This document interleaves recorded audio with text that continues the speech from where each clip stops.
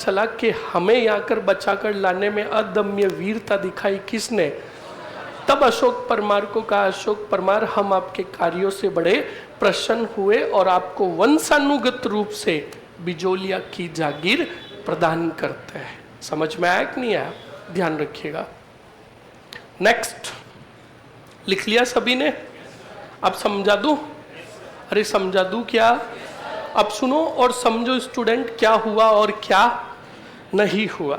पहली बात तो सुनो, इतिहासकार कहते हैं कि बाबर से भी बड़ी विशाल सेना थी किसके पास? सांगा के पास।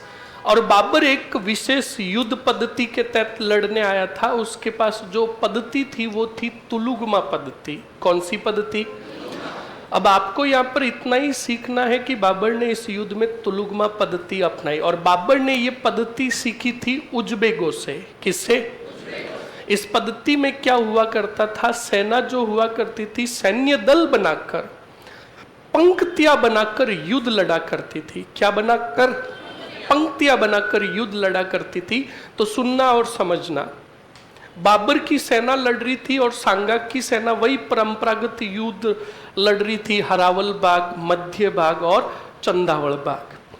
तो कहा जाता है इस युद्ध के अंदर जब सांगा की सेना चारों तरफ से दुश्मनों से घिर गई, तब कहा जाता है कि बाबर ने अपने तोपचियों को आदेश दिया, उस्ताद अली और उस्ताद मुस्तफा को, कि अब सिर्फ तो सिर्फ तुम बारूद दागने का ध्यान रखो, मर कौन रहा है इसकी परवाह हमें नहीं है। तो बिल्कुल याद रखिएगा स्टूडेंट, बारूद दागा जाने लगा।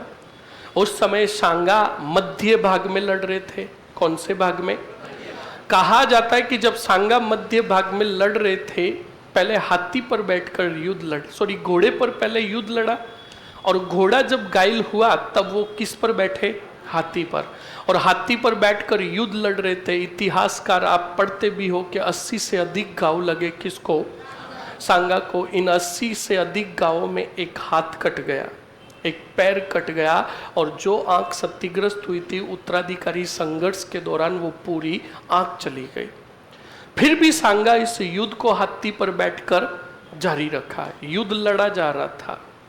तब याद रखिएगा स्टूडेंट, इतिहासकार कहते हैं कि दुश्मन की सेना में से कोई पैदल सैनिक का मतलब वही मुगलों का कोई सैनिक था जिसने क्या चलाया? तीर चलाया, बाण चलाया, और वो बाण आकर सांगा के सिर में लगा। कहाँ लगा? सिर में। अब वो बाण किसने चलाया इसकी जानकारी नहीं मिलती, मतलब कोई अज्ञात सैनिक का बाण आकर लगा। तो बाण लगते ही तो सांगा हाथी से नीचे गिर गए और बेसुध थे, मतलब उनको होश नहीं था। मैंने आपको पहले भी कहा है स्टूडेंट, याद रखिएगा कि युद्ध का नेतृत्व करता घायल हो जाता, पकड़ा जाता या मारा, तो उसके बाद युद्ध जारी नहीं रहता। तो सुनो, युद्ध में लड़ने के नियम और कायदे हुआ करते थे। इस युद्ध में देखो जाला लड़ रहे हैं, तो जालाओं का काम था राणा के इर्द गिर्द लड़ना। किसके? और जब भी राणा पर खतरा मंडराएगा तो राणा को बचाएंगे कौन? जाला। कौन?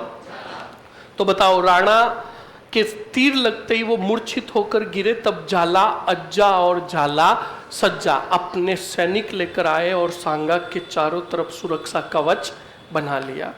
और झाला अज्जा ने देखते ही देखते मुख्य सरदारों को संदेश भेजा अखेराज देवड़ा को, जो थोड़ी दूरी पर लड़ रहे थे। अखेराज को भेजा, अखेराज ने बात कही मालदेव को, मालदेव ने बात कही अशोक, और अशोक परमार ने बात कही पृथ्वीराज कच्छावा को। ये सब लड़ते लड़ते आए किसके पास? सांगा के पास। तो देखा तो सांगा मूर्छित होकर गिरे थे। तब सभी ने निर्णय लिया, सरदारों ने, का सबसे पहले ये निर्णय लिया जाए कि इस राणा के हाथी पर राणा का राज चिन्ह धारण करके राणा बनकर इस युद्ध को जारी कौन रखेगा। क्योंकि सैनिकों को अगर पता चल गया कि राणा घायल हो गए हैं तो सैनिक रण क्षेत्र छोड़कर भाग जाएंगे। हमें राणा बनाकर किसी न किसी को तो बिठाना ही पड़ेगा। तो कहा किसको बिठाए? और किसको राज चिन्ह धारण करवाए? तो बताओ, राज चिन्ह धारण करने का कहा गया किसको? बोलो। जो शुद्ध गलत है। सुनो, मरो पहले। मैंने कहा ना, वास्तविक इतिहास आज भी किताबों में दबा पड़ा है। सुनना और समझना। स्टूडेंट, हरावल भाग में हमेशा लड़ा करते थे चुंडावत। कौन? क्योंकि चुंडावत अपनी वीरता के लिए जाने गए। तो बिल्कुल स्टूडेंट, सभी सरदारों ने कहा कि अपनी अदम्य वीरता और साहस के लिए जाने जाते हैं सलूमबर के चुंडावत। संदेश भेजो रतन सिंह चुंडावत को, जो हरावल भाग में लड़ रहा है। तो बिल्कुल बुलाया गया किसको? रतन सिंह चुंडावत को। रतन सिंह चुंडावत को सभी सरदारों ने कहा कि विकट समय है, राणा घायल हो चुके हैं, आपके सामने है, और तुम राणा का राज चिन्ह धारण करके राणा बनकर इनकी जगह पर बैठो और युद्ध को जारी रखो, ताकि कोई भी लड़ता हुआ सैनिक हाथी की तरफ देखेगा तो उन्हें लगेगा कि हाँ, राणा युद्ध को लड़ रहा है। तो बिल्कुल स्टूडेंट, रतन सिंह चुंडावत को ये बात कही तो रतन सिंह चुंडावत हंसने लगे। क्या करने लगे?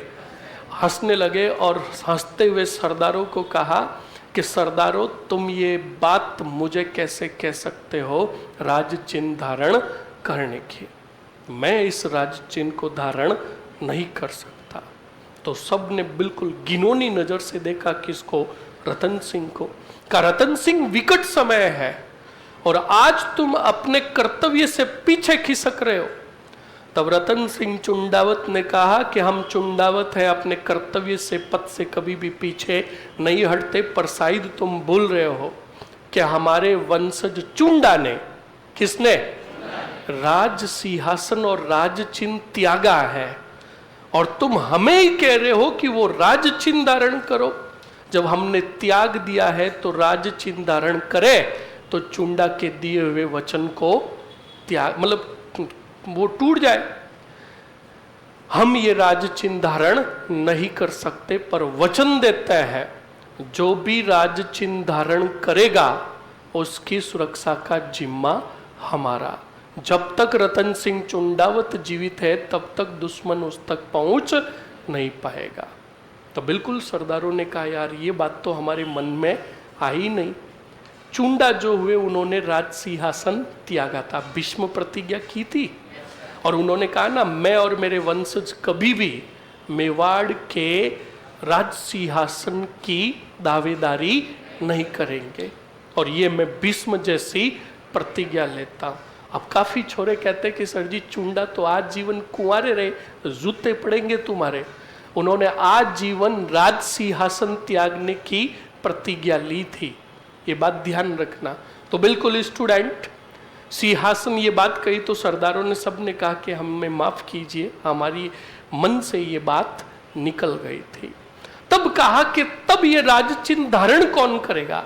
तब सभी की सलाह पर कहा गया कि ये राज चिन्ह धारण करेगा जाला अज्जा। बोलो कौन? तब जाला अज्जा को क्या पहनाया गया? राज चिन्ह और हाथी पर बिठाया गया और उन्हें राणा बनाकर युद्ध को जारी रखा गया। अब सुनो, अब इधर सवाल था किसकी सुरक्षा का? सांगा की सुरक्षा का। तो कहा अब सांगा को बचाकर लेकर कौन जाएंगे? तो झाला सज्जा और झालाओं ने कहा हम सुरक्षा कवच बनाएंगे। तब अखिराज देवड़ा, मालदेव राठौड़ और अशोक परमार, इन तीनों ने कहा हम सांगा को सुरक्षित लेकर इस रण क्षेत्र से बाहर जाएंगे। तब देखना, आमेर के पृथ्वीराज कच्छावा ने कहा कि जब तुम लेकर बाहर जाओगे तो अगर कोई दुश्मन सेना पीछा करेगी तो उसे हम रोकने का काम करेंगे।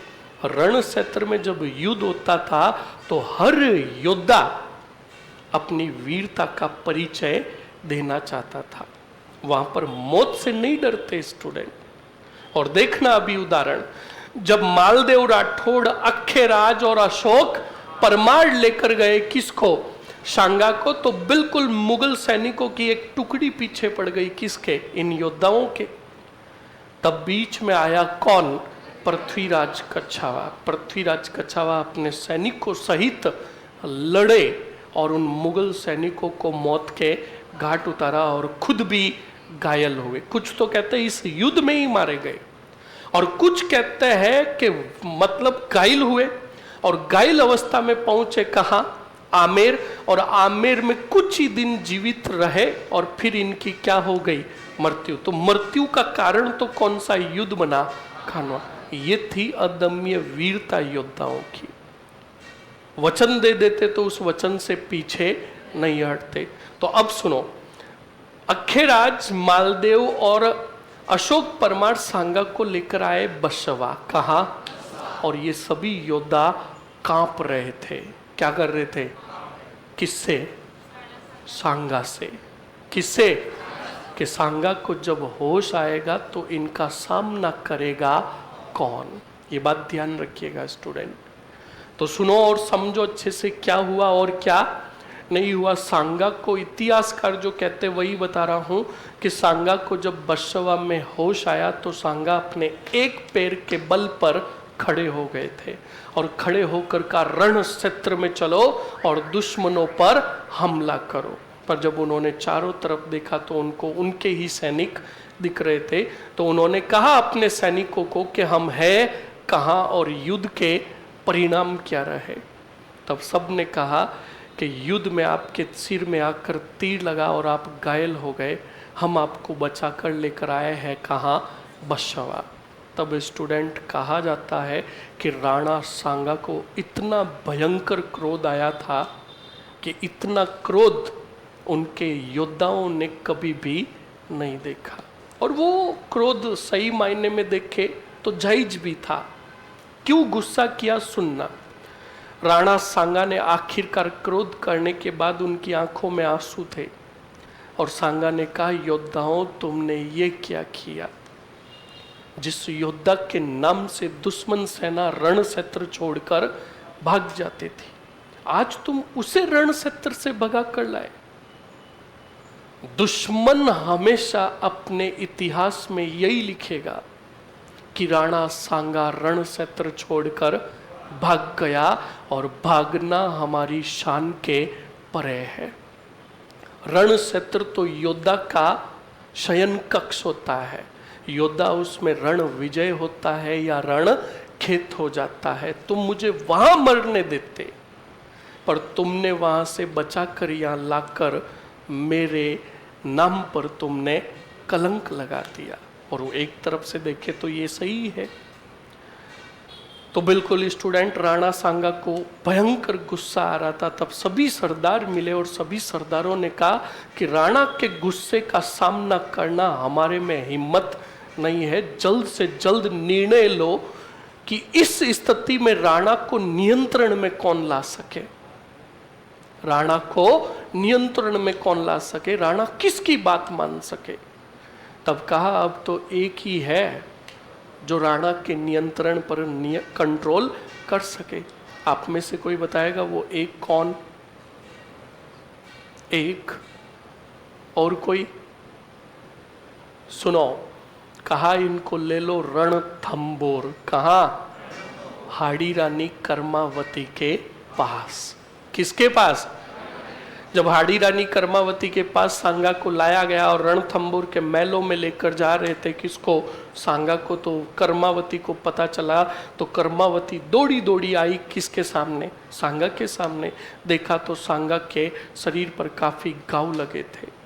तभी कर्मावती को अंदर कक्ष से चीखने, चिल्लाने और रोने की आवाज सुनाई दी। हाड़ी रानी कर्मावती सांगा को छोड़कर वापस कक्ष में गई। आगे जाकर देखा तो एक वीरांगना महल के आंगन के बीच में बैठी थी और सुहाग की जो निशानी होती है, चूड़िया और सिंदूर, हाथ पटक पटक कर क्या तोड़ रही थी? चूड़िया। और उसने अपने हाथों से क्या मिटा लिया? सिंदूर। तो हाड़ी रानी कर्मावती ने उसको जाकर रोका कि तू ये क्यों कर रही है? तुझे तो अभी युद्ध के बारे में कुछ पता ही नहीं है और तूने अपने ये सुहाग की निशानियां मिटा दी, यह अपशगुन है। तब उस वीरांगना ने कहा कि मेरे पति राणा के वफादार, और राणा अगर इस हाल में आए हैं तो मेरे पति जीवित नहीं बचे होंगे। हाड़ी रानी कर्मावती वापस दौड़ी दौड़ी गई किसके पास? सांगा के पास, और सांगा को जाकर कहा उस वीरांगना को, सतरानी को चलकर आप ही सच्चाई बताओ कि उसका सुहाग जीवित है। उसने अपनी चूड़ियां तोड़ दी और सिंदूर मिटा दिया। तब सांगा ने अपने सैनिकों से बिल्कुल जानकारी ली थी और सांगा ने कहा कि उस सतरानी के पति इस दुनिया में नहीं रहे, वो वीर योद्धा थे और हम मेवाड़ के राजा उनके जीवन भर के कर्जदार हो गए। अदम्य वीरता और साहस का परिचय दिया था उस सतरानी के पति ने। आप में से कोई बताएगा वो सतरानी कौन थी, जिसको तुम आज इतिहास में पन्ना धाई कहते हो? क्या कहते हो? पन्ना धाई का पति था सूरज सिंह चौहान। कौन था? जो लड़ा था किसकी तरफ से? सांगा की तरफ से, और इतिहासकार कहते हैं इसी युद्ध में लड़ते हुए मारे गए। अब धाई क्यों कहलाई आपको पता है? उनका नाम पन्ना ही था। क्या था? उन्होंने उदय सिंह का पालन पोषण किया, और पालन पोषण करने वाले को कहा जाता दाई माँ। क्या कहा जाता है? तब हमने पर्टिकुलरली जोड़ दिया पन्ना। बोलो, समझ में आया? अरे बोलो। अब सांगा का इलाज हुआ स्टूडेंट, जल्दी से बताओ कहाँ? रणथंबोर में। रणथंबोर में इलाज हुआ, और उधर सांगा के जो दो सेना नायक थे, जो रण क्षेत्र यानी रण क्षेत्र में जब युद्ध लड़ा जा रहा था और युद्ध अंतिम क्षणों में था, कौन से क्षणों में? तब दो योद्धाओं ने गद्दारी की, जिसमें तुम पढ़ते हो नागौर का खानजादा और रायसीन का सिलदी तंवर। इतिहासकार कहते हैं इनकी गद्दारी से कोई फर्क नहीं पड़ा था, क्योंकि वो अंतिम समय